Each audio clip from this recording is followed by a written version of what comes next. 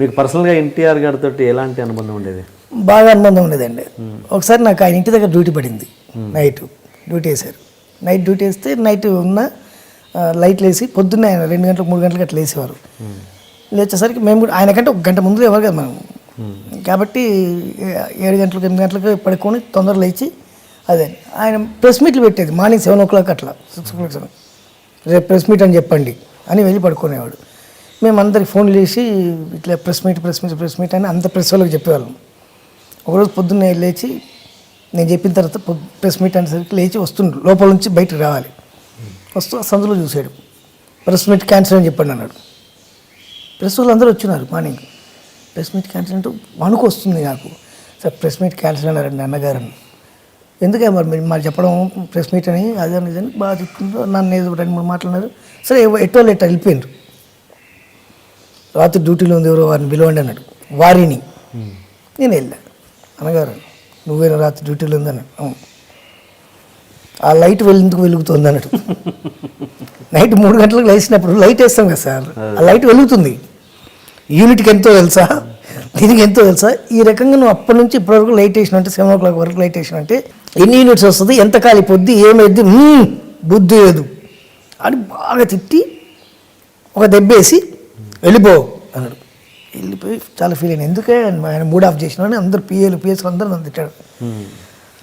అర్ధగంట తర్వాత పెద్ద అని పిలుస్తున్నాను. ఇక నన్ను ఇవాళ ఉతుకులే ఉంది నాకు అనుకున్నాను. పెద్ద అని పిలుస్తున్నట్లు ఎవరికి వెళ్ళినా ఆయన దోశ తింటూ ఇంకొకసారి అలా తప్పు చేయకూడదు అలాగే అన్నగారు అన్నాడు. ఆ సగం దోశ తీసి నాకు పెట్టిండు. ఆ దోశ తిని చాలా అన్నగారు ఇంకా తింటారా అన్నాడు. వద్దు అన్నగారు అసలు దెబ్బలు కొడతారేమో అనుకుంటే దోశ పెట్టి పంపించిండు ఆయన. అట్లా ఆయన దగ్గర ఉన్న అనుబంధం అది. ఆయన నన్ను బొమ్మగారు అని పిలిచేవాడు. బొమ్మ టాకింగ్ గారు ఉండేది కాబట్టి బొమ్మగారు అని పిలిచేవాడు. ఏమితో చంద్రబాబు గారితో అంటే ఇక వెరీ ఫ్రెండ్లీ అండి, వెరీ ఫ్రెండ్లీ. మాది డైరెక్ట్ ఉంటుంది నాది అటాక్. ఇంట్లోకే డైరెక్ట్ బెడ్రూమ్లోకి వెళ్ళిపోతా. మిస్సెస్ తోటి కానీ పిల్లలతో కానీ వాళ్ళతో కానీ నాకు చాలా విపరీతమైన అనుబంధం. అంటే మీరు అక్కడ లైబ్రరీలో చేయడం వల్ల అక్కడ నుంచి స్టార్ట్ అవ్వడం వల్ల తెలుగుదేశంలో జాయిన్ అయ్యారా లేకపోతే? అంతేనండి, దాంతో అనుబంధం. కేసీఆర్ గారు అప్పుడు రవాణా శాఖ మంత్రి చేసేవారు. వారు ఆయన ఎంత స్ట్రిక్ట్ అంటే కేసీఆర్ గారు అప్పుడే రవాణా శాఖ మంత్రి కానీ స్కూటర్ మీద వచ్చేవాడు.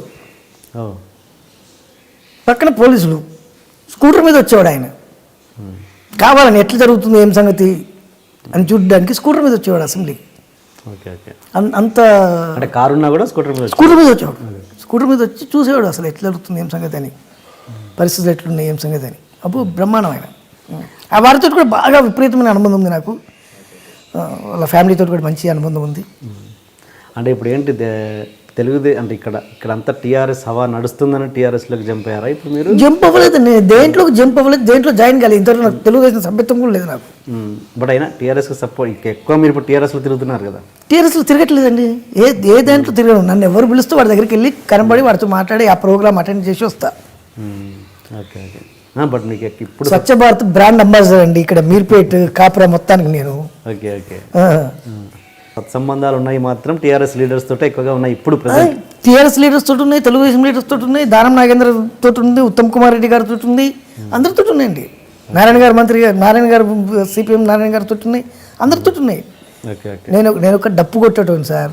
మీ ప్రోగ్రామ్ అంటే మీకు వచ్చి డప్పు కొడతా, పలానా వాళ్ళ ప్రోగ్రామ్ ఉందంటే పలానా వాళ్ళకి వెళ్ళి డప్పు కొడతా, అంతవరకే. డబ్బులు ఇస్తే ఎక్కడైనా చేస్తారు అంతే, 100% అంతే పక్కా. ఏ ప్రోగ్రామ్ అయినా చేస్తా, ఏ ప్రోగ్రామ్ ఏం చేస్తా, ఏ పార్టీకైనా చేస్తా, ఎవరికైనా చేస్తా. పార్టీ అని కాదు, ఎలాంటి ప్రోగ్రామ్ అయినా ఎలాంటి డబ్బులు ఇస్తే దేనికైనా సపోర్ట్ చేస్తా. బూతులు ఏందైతే చేస్తా. నేను డిస్కోథెక్లకు వెళ్ళను, పబ్లకు వెళ్ళను, క్లబ్లకు వెళ్ళను, నాకు అలవాట్లు లేవు. Hi, you are watching iDream Media. Please subscribe for more videos.